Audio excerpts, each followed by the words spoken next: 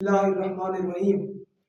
علامہ محمد اقبال کہتے ہیں کہ کبھی اے نوجوان تدبر بھی کیا ہے تو نے، کبھی اے نوجوان تدبر بھی کیا ہے تو نے، کہ وہ کیا گردوں تھا جس کا ہے تو ٹوٹا ہوا تارا۔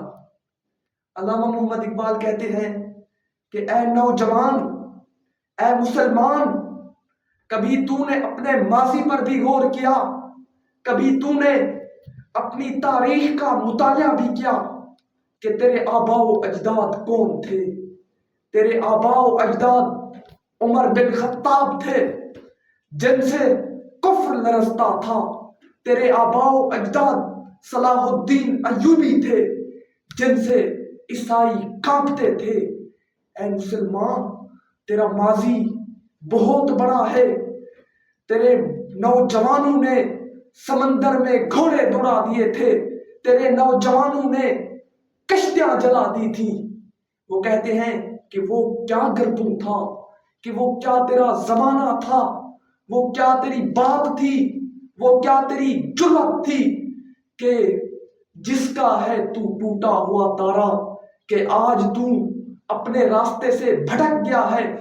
آج کہ یہ پاکستان کس مقصد کے لیے بنا تھا، یہ ملک پاکستان کس عظیم مقصد کے لیے بنا تھا؟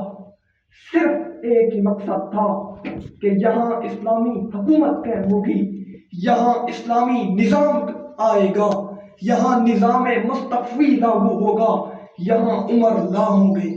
لیکن آج 70 سال ہو گئے، کیا یہاں کوئی آج اسلامی نظام آیا ہے؟ کیا یہاں کوئی آج اسلامی قوانین آئے ہیں؟ نہیں۔ آج کرپشن عام ہے، آج بے حیائی عام ہے، آج یونیورسٹیوں میں مخلوط تعلیمی نظام ہے، آج بینک میں سود سسٹم ہے۔ یہ سارا کچھ آج یورپ کا نظام پاکستان میں لاگو ہے۔ کیا کبھی ہم نے اس بات پر غور کیا ہے؟ آج معذرت کے ساتھ یہ کہنا پڑ رہا ہے، آج یہ کہنا پڑ رہا ہے کہ پاکستان میں کوئی بھی ایسی سیاسی پارٹی نہیں ہے، کوئی بھی ایسی سیاسی پارٹی نہیں ہے جس کا مقصد اسلام لانا ہو، جس کا مقصد نظام مصطفیٰ قائم کرنا ہو۔ ان کا مقصد، جتنے بھی سیاستدان ہیں پاکستان میں، جتنی بھی سیاسی پارٹیاں ہیں، یہ سب کے سب اقتدار کی جنگ لڑ رہے ہیں، یہ سب کے سب اپنے مفادات کی جنگ میں لڑ رہے ہیں۔ جب ایک حکومت میں ہوتا ہے تو دوسرا اس کی مخالفت کرتا ہے، جب دوسرا حکومت میں ہوتا ہے تو پہلے والا اس کی مخالفت کرتا ہے، اور درمیان میں تو عوام آ جاتی ہے۔ میں نے یہ اس لیے کہا ہے کہ ہمیں یہ پتہ ہے اس نظام کے تحت جو موجودہ پاکستان میں نظام ہے، کوئی بھی اسلام نہیں لا سکتا۔ اسلام فقط اس وقت آ سکتا ہے جب نوجوان کھڑے ہو جائیں، لیکن ہم عوام ان سیاستدانوں کی اقتدار کی جنگ میں آ کر اپنی جان پیش کر دیتے ہیں۔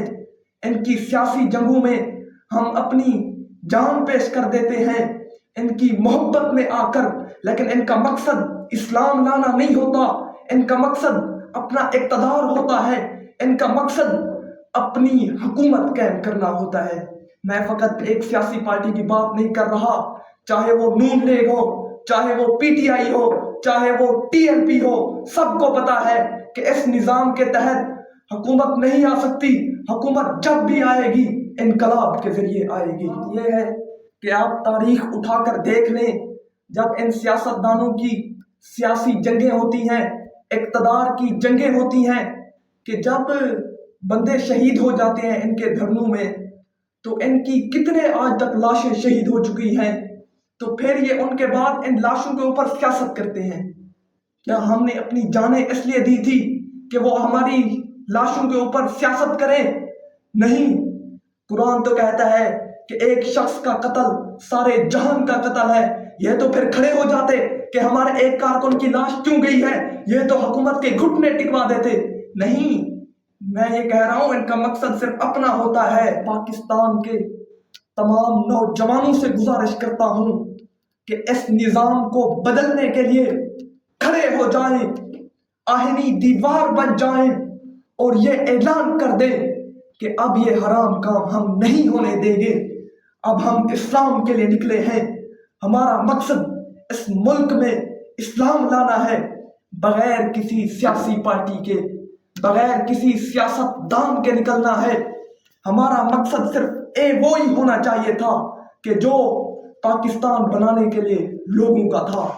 آج ہم صرف اس لیے نوجوان کھڑے ہو جائیں اور حکومت کے گھٹنے ٹکوا دیں کہ اب ہم اس ملک میں اسلامی نظام قائم کریں گے، نظام مصطفیٰ قائم کریں گے، نظام ابو بکر صدیق قائم کریں گے، نظام عمر قائم کریں گے، نظام عثمان قائم کریں گے، نظام علی المرتضیٰ قائم کریں گے. ہم نوجوانوں نے فقط اس لیے نہیں نکلنا کہ کسی کی حکومت کو گرانا ہے یا کسی کی حکومت کو بنانا ہے. ہمارا مقصد صرف ایک ہونا چاہیے، اس ملک میں اسلامی نظام ہونا چاہیے، اس ملک میں اسلامی نظام ہونا چاہیے. ہمیں کھڑے ہو جانا چاہیے. لیکن ایک بات یاد رکھنا، جب بھی یہ نوجوان نکلیں گے تو یہ کسی سیاسی پارٹی یا کسی سیاست دان سے تعلق نہیں ہوگا، ان کا اپنا مقصد اور نظریہ ہوگا. آج میں یہ اعلان کہتا ہوں کہ اگر اس زمانے میں ہم نوجوان کھڑے نہ ہوئے اس نظام کو بدلنے کے لیے، ہم نوجوان آہنی دیوار نہ بنے، تو ہماری آنے والی نسلیں اس کے نتائج بھگتیں گی. ہماری آنے والی 50 سال آگے آنے والی نسلیں اس کے نتائج بھگتیں گی. ذرا سوچیں کہ آج اگر پاکستان میں اسلامک حکمران ہوتا، اسلامی نظام ہوتا، تو کیا اسرائیل کو آج فلسطین پر حملہ کرنے کی جرت ہوتی؟ اسرائیل کو تو فوراً یہ لگنا تھا کہ مسلمان کے سارے ایک جسم کی مانند ہوتے ہیں، اگر اسی نے فلسطین کو نقصان پہنچایا ہے تو پاکستان سے ایٹم بم آئے گا تو پاکستان ہمیں نہیں چھوڑے گا. لیکن ان کو پتا ہے یہ سیاست دان جو ہیں یہ اپنی مفادات، اپنی اقتدار کی خاطر جنگ لڑ رہے ہیں، انہیں اسلام کے ساتھ کوئی تعلق نہیں ہے. آخر میں صرف گزارش کرنا چاہتا ہوں کہ ہم نوجوان کھڑے ہو جائیں اس نظام کے آگے، کیونکہ ہمارے جو بڑے ہیں ان کی عمر تو اب گزر گئی ہے، وہ تو کچھ نہیں کر سکتے. اب ہمارا دور ہے، جو کچھ کرنا ہے ہم نے کرنا ہے. کھڑے ہو جاؤ اور اس نظام کے خلاف علم جہاد بلند کرو، بدل دو اس نظام کو نظام مصطفیٰ میں.